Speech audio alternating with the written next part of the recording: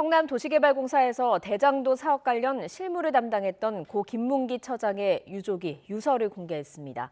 당시 민간 초과이익 환수를 3차례나 제안했지만 반영되지 않았다며 억울함을 호소했습니다. 취재기자 연결합니다. 나혜인 기자. 네, 고 김문기 처장의 유서가 공개됐다고요? 네, 유족은 오늘 고인 소지품에서 발견된 2장 분량 유서를 공개했습니다. 자필 편지 형식인데 제목은 사장님께 드리는 호소의 글입니다. 생전 재직하던 성남도시개발공사 사장을 의미하는 것으로 보입니다.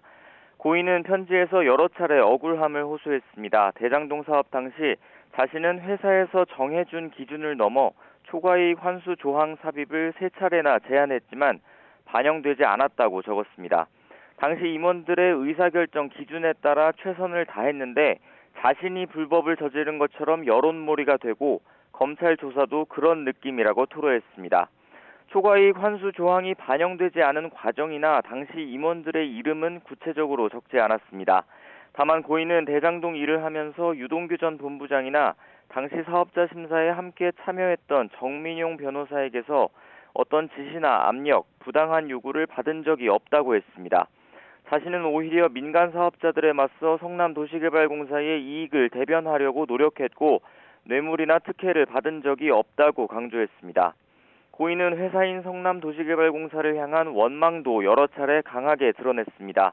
자신이 회사 일로 검찰 조사를 받는데도 누구도 관심을 두거나 지원해주지 않았다며 자문 변호사에게 법률 조력을 받을 수 있게 해달라고 호소했습니다.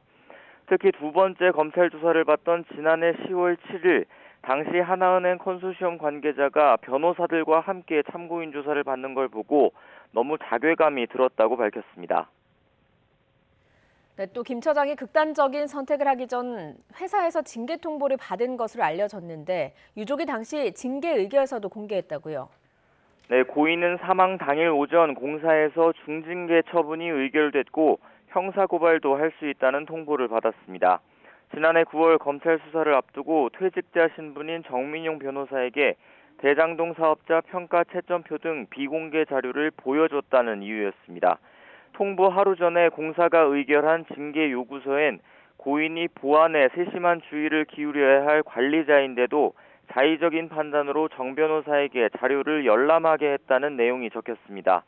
고인은 의혹의 사실관계를 확인해야 했고 당시엔 정 변호사의 혐의도 몰랐다고 해명했습니다. 유족은 모든 것을 혼자 책임져야 했던 고인이 끝까지 회사에 도움을 요청하다 외톨이로 세상을 떠났다고 심경을 전했습니다. 지금까지 사회부에서 전해드렸습니다.